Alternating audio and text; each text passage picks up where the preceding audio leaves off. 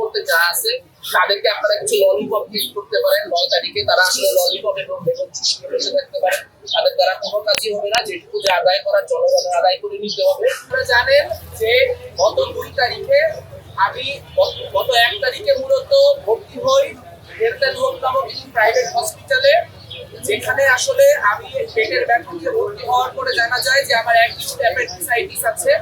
এবং আমার যখন এই অ্যাপেন্ডিসাইটিসের আপনারা জানেন যে অ্যাপেন্ডিসাইটিসের নানান রকম চিকিৎসা হয়, তার মধ্যে সাধারণত যে চিকিৎসা করা হয় লেপারোস্কোপি পদ্ধতিতে, সেই পদ্ধতিতে চিকিৎসা করলে সাধারণত একজন মানুষ 3 দিনের মধ্যে নড়াচড়া করতে পারেন, মুভ করতে পারেন। কিন্তু আমার দুর্ভাগ্য যে আমার ফুসফুসজনিত সমস্যার কারণে সেটি সম্ভব হয়নি এবং আমার অ্যাকিউট অ্যাপেন্ডিসাইটিস সেই সার্জারি করতে গিয়ে আরো আবিষ্কৃত হয় যে আমার অন্ত্রে একটি বিশেষ ধরনের সিস্ট আছে। এটিকে যে মেডিকেল সায়েন্সের ভাষায় মেকেলস ডাইভার্টিকুলাম বলা হয়। অন্য কোনো বড় পরিবর্তন ঘটাবে কিনা তা আমরা জানি না, কিন্তু আমার আসার জায়গাটা খুব সিম্পল। আমার সহযোদ্ধারা গত 5 দিন আমার অবর্তমানে আমার হয়ে যেই লড়াই করে গিয়েছে, যেভাবে শেষ মানুষটি পর্যন্ত তাদের যে প্রচারণা, সেই প্রচারণা পৌঁছে দিয়েছেন, সেই জায়গা থেকে কৃতজ্ঞতার জায়গা থেকে, সহযোদ্ধার যেই জায়গা, সেই জায়গা থেকে আজ আমি উপস্থিত হয়েছি তাদের প্রতি কৃতজ্ঞতা জানাতে। এবং আমার এই উপস্থিতি যদি আমার সহযোদ্ধাদের মনে এক ফোঁটাও লড়াইয়ের প্রেরণা যোগায়, তাহলে সেটি আমার জন্য একটা বিশাল প্রাপ্তি। এবং সেটি যাতে আমার সহযোদ্ধাদের মধ্যে সেই লড়াইয়ের বল আমি সঞ্চার করতে পারি, সেটি সেই জায়গা থেকে আসলে এই ছুটিটি নেওয়া এবং আজকে এখানে এসে উপস্থিত হওয়া। ভোটারদেরকে যা বলার অতীতেই বলা হয়েছে, ভোটারদেরকে নতুন করে কোনো কিছু বলার নাই। অনেক ধরনের সমালোচনা নিয়মিতই হয়, সমালোচনাতে ভেঙে পড়ার বা আহত হওয়ার কোনো রকম জায়গা নেই। তবে যেই সমালোচনাটি খুবই হাস্যকর লাগলো সেটি হচ্ছে যে আসলে নির্বাচনী মাঠে এরকম একটি সময় আমি থাকছি না, কারণ হচ্ছে আমার আমি ইচ্ছাকৃতভাবে থাকছি না বা পরাজয় মেনে নিয়ে থাকছি না। আমরা হচ্ছে সেই মানুষ যারা বারবার ডাক্তারের পরামর্শ উপেক্ষা করে রাজপথে ফিরে ফিরে এসেছি। আমরা সেই মানুষ যারা বারবার করে নিজেদের জীবনকে উপেক্ষা করে রাজপথে এসে সামিল হয়েছে। রাজপথে আমাদের অক্সিজেন, কাজে রাজপথে আসলে আমাদের কোনো ক্ষতি হয় না, রাজপথে আসলে আমাদের উপকার হয়। আজ লড়াইয়ের শেষ দিন, একরকম 7 তারিখে প্রচারণার শেষ দিন। আমাদের যে সহযোদ্ধারা, প্রতিরোধ পরিষদের যে সহযোদ্ধারা, তাদের প্রতি একটা কথাই বলতে চাই যে 9 তারিখে নির্বাচনের ফলাফল যাই হোক, আমরা এরই মধ্যে জিতে গিয়েছি। যখন আমরা দেখতে পাই একটার পর একটা মোরাল পলিসিং হয়, তখন আমাদের উপস্থিতির কারণে আজকে প্রতিক্রিয়াশীলতম গোষ্ঠীগুলিকেও বলতে হচ্ছে যে ঢাকা বিশ্ববিদ্যালয় ক্যাম্পাসে রাত 12টা পর্যন্ত মেয়েদের হল ওপেন রাখতে হবে।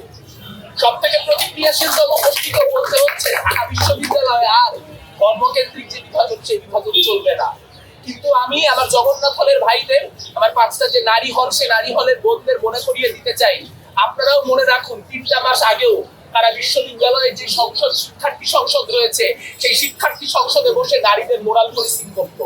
আপনারা মনে রাখুন কারা এখানে অ্যাডভোকেট আলিফের মৃত্যুর পর জগন্নাথ হলের পাশ দিয়ে যাইতে যাইতে এই স্লোগান দিয়ে গেছে, দিল্লি যাদের মামা বাড়ি, বাংলা ছাড়ো তাড়াতাড়ি। আপনারা সেই দুঃখ, সেই গ্লানি, সেই যন্ত্রণাকে মনে রাখুন। আমরা আহ্বান জানাতে চাই আমাদের অনাবাসিক ভাই বন্ধুদের প্রতি, আপনারা যাকে খুশি তাকে ভোট দিন, কিন্তু 9 তারিখ প্লিজ প্লিজ ভোট দিতে আসুন। আপনারা ভোট দিতে আসলে গোটা ইকুয়েশন বদলায় যাবে। এখানে যত সমীকরণ হচ্ছে, এই সমীকরণগুলো কিচ্ছু দাঁড়াবে না। এখানে স্বাধীনতা বিরোধীরা একটা পোস্টও জিতে আসতে পারবে।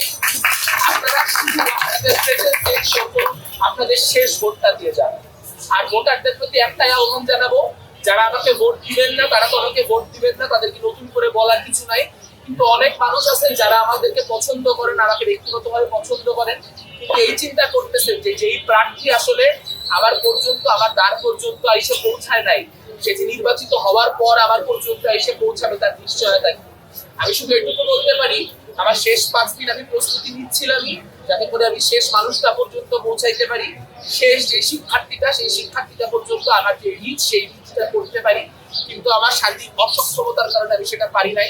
আমি সেই ব্যর্থতার দায় মাথা পেতে নিচ্ছি, কিন্তু একই সঙ্গে অনুরোধটা করছি, যদি আপনি মনে করেন সামনের দিনের যে পরিস্থিতি, সেই পরিস্থিতিতে শিক্ষার্থীদের লড়াইয়ের জন্য উপযুক্ত জিএস ক্যান্ডিডেট আমি, উপযুক্ত প্রার্থী আমাদের প্রার্থীরা, তাহলে প্লিজ আমি আপনার পর্যন্ত শারীরিকভাবে পৌঁছাইতে পারি নাই, এই কারণটুকুতে অন্তত আমাকে আপনার ভোট বঞ্চিত করেন না। যদি মনে করেন আমি যোগ্য প্রার্থী, তাহলে অন্তত এই গ্রেসটুকু আমাকে দিন। আমি সামনের দিনে জিতি আর হারি আপনাদের পর্যন্ত, এই বিশ্ববিদ্যালয়ের 40,000 শিক্ষার্থী পর্যন্ত জনে জনে পৌঁছানোর যেই দায়, সেই দায়, সেই অঙ্গীকার, সেই ওয়াদা আমি এখানে বসে করব।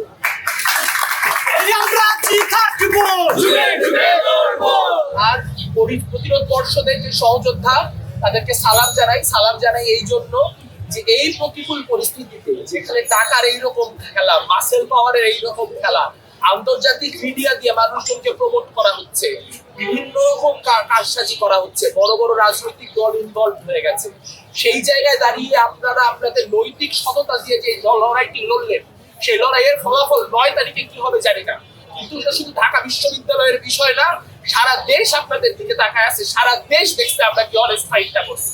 এবং মানুষ যখন লড়ে, সে লড়াইয়ের ফলকে পায় আর হোক কাল হোক। ওই কথাটাই বলতে চাই যে 9 তারিখে আমরা আশ্বাস রাখি, এখন আমরা বিশ্বাস রাখি যে আমরা বিজয়ী হব, কিন্তু আমরা বিজয়ী হই, পরাজিত হই, আমরা বিশ্বাস করি যে আমরা যেরকম ছিলাম রাজপথে, আমরা ঠিক সেরকম ভাবে প্রতিরোধের শক্তি হয়ে রাজপথেই থাকবো। এবং যে ডাকসু যার দখলে যাক না কেন, রাজপথ যেমন হাসিনা আমলে আমাদের দখলে ছিল, ইউনূস আমলে আমাদের দখলে আছে, এই রাজপথ আমাদের রক্তে রঞ্জিত, এই রাজপথ আমাদেরই দখলে থাকে।